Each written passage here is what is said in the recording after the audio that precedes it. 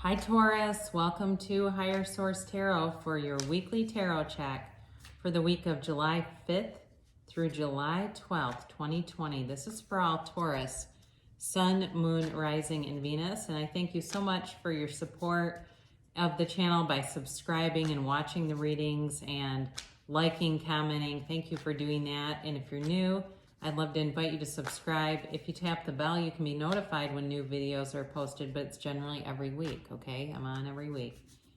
So let's get some guidance here for Taurus. Sun, Moon, Rising, and Venus. What is going on here for Taurus, please? Okay. There. Oops. All right, there we go. So we go day by day, okay, because that's our human timeline. But keep in mind, we're dealing with sacred divination, so sometimes they have a different idea. So we'll start here. Sunday, you've got the Death card, so Scorpio energy. Oops, I got two there. Interesting. Monday, you've got the World. Then you have the High Priestess here on Tuesday. Wednesday, you've got the Two of Cups. Thursday, you've got the Ten of Cups. Friday, you've got the Ace of Swords. Saturday, you have Judgment and Temperance. Wow, really beautiful reading. You had a beautiful monthly reading too, I believe.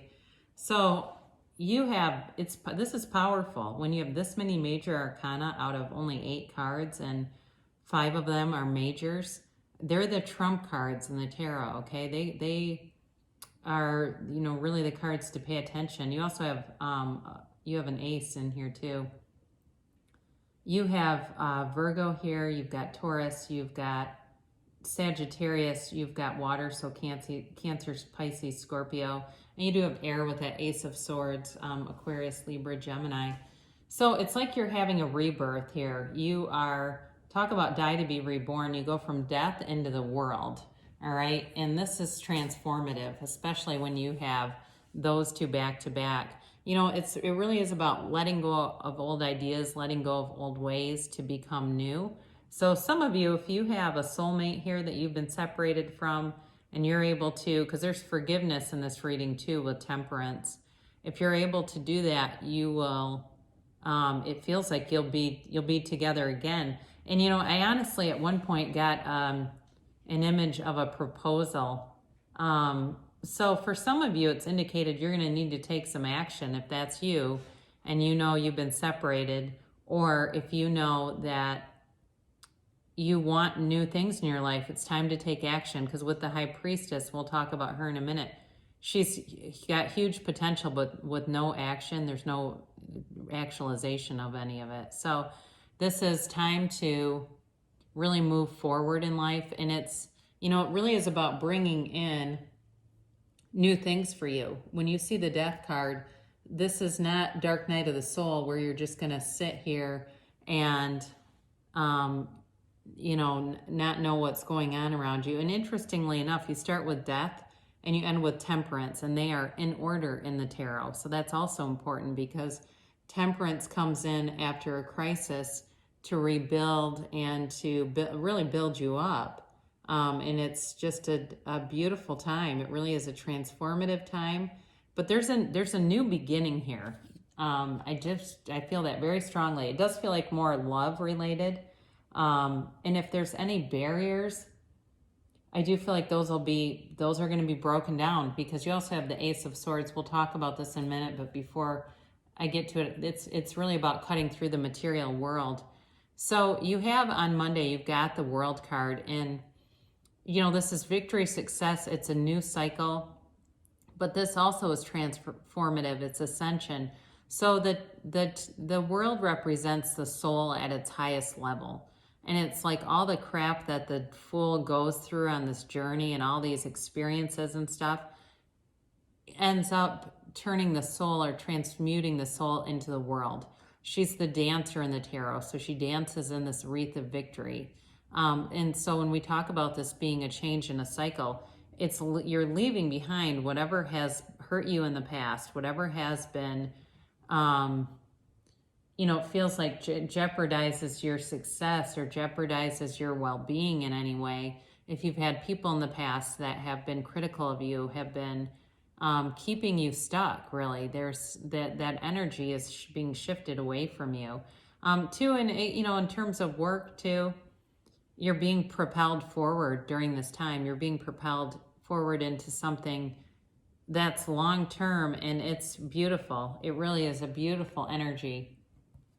So I mentioned before, you've got the High Priestess here on Tuesday, and this is really about trusting yourself and intuition. She's she's a psychic. That's what a High Priestess is. They're spiritual teacher, but also somebody who is into the mystic. She's a mystic. So it's not only, telling you to trust yourself, but also to be true to yourself, okay? Because the High Priestess, it can be about somebody hiding who they really are.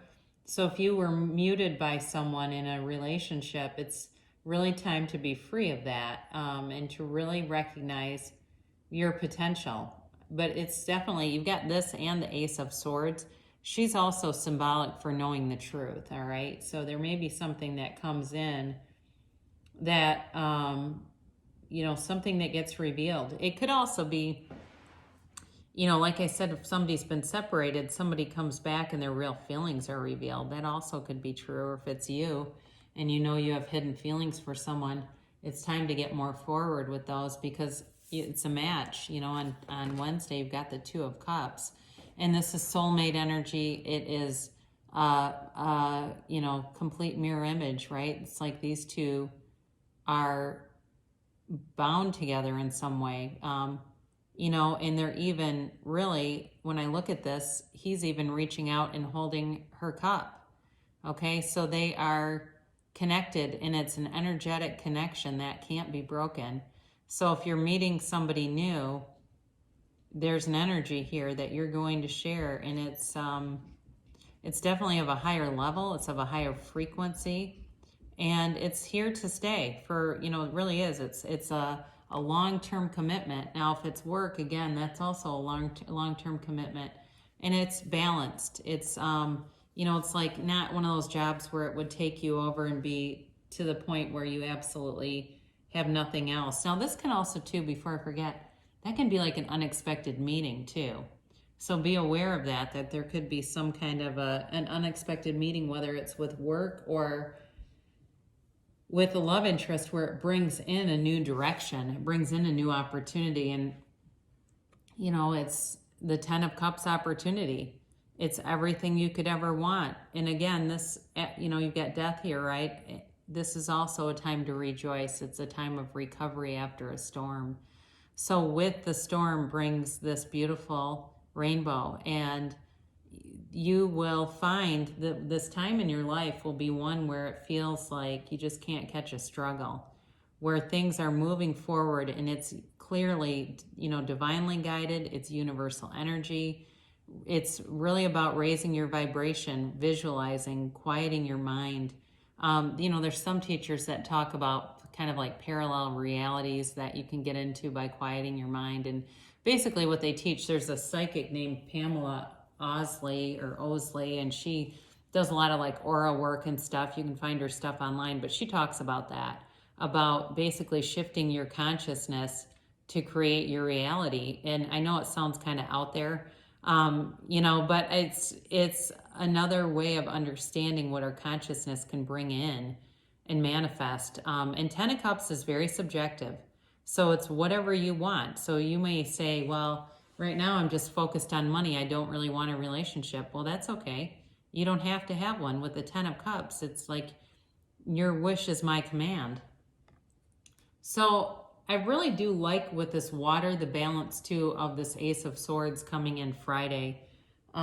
It's, this is big time, right? When we talk about communication and we talk about clarity. I mean, this is ultimate clarity. And so this sword sticks up through this crown of the material world, and it kind of cuts away anything that's not important.